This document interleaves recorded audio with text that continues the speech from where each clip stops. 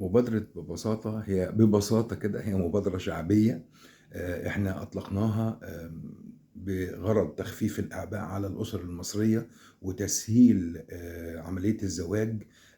طبعا يعني الفكرة بمنتهى البساطة، أنا مش بقول مفيش شبكة ومش بقول مفيش يعني مفيش عفش وجهاز لا، أنا بقول إيه، نبسط الأمور عشان نخفف الأعمال، تخفيف الأحمال على الشاب والشابة يعني الأسرة، بحيث إن إحنا نبدأ نعمل إيه، يبقى الوقت والمجهود اللي بنبذله عشان نجيب شبكة ونتباهى بيها. طب ما إحنا نقدر نعمل دوت ونعمل إيه، نجهز شقة، نجهز شقتنا، نجهز عفشنا، نجهز حاجاتنا، ويبقى الشبكة حاجة بسيطة، حاجة رمزية يعني. وده مش بقول إنه ما يبقاش ليها شبكة، لا، يبقى لها شبكة بس بعدين لما الأمور تتحسن، عشان ده بيخفف. كل ما خففنا العبء على الشباب، وكل ما خففنا العبء على الأسر، كل ما كان فكرة الزواج هتبقى أفضل وأسرع. ليه؟ لأن إحنا عايزين استقرار العائلات.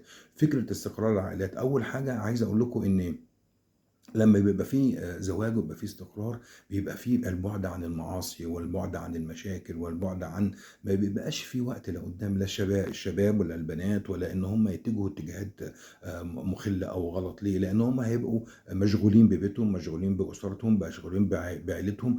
استقرار اللي هيتم في العائلات المصرية وفي البيوت المصرية هيعود بالنفع، وهيعود ايجابا على الاستقرار في الدولة المصرية. انا كل همي ان احنا عايزين ايه، عايزين نعمل استقرار سواء وانا بربط دايما الاستقرار العائلي باستقرار الدوله، باستقرار العائلي. اذا استقرت العائلات وهدأت النفوس في العائلات، هتبقى في استقرار كبير جدا في الدوله. عشان كده انا بقول ايه، احنا مش عايزين نتفه، احنا عايزين نبسط. عايزين نبسط يعني ايه، يعني نبسط الامور ونخلي الزواج اسهل من كده، ونخلي تخفيف اعباء وتخفيف تحميل على الطرفين، يعني بحيث ان احنا نبدا بالمتاح، نبدا ويبقى في شقه، يبقى في شقه حتى تبقى الشقه ايجار.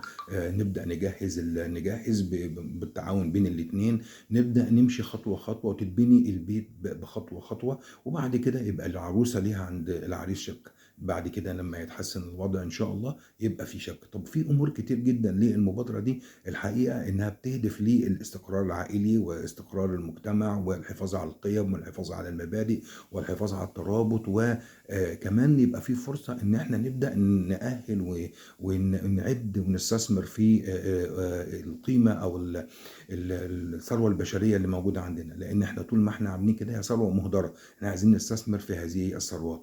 وطبعا الكلام ده كله كلام ايه، كلام خفيف مع احمد الشريف، يفتح لك كل يوم باب للامل جديد.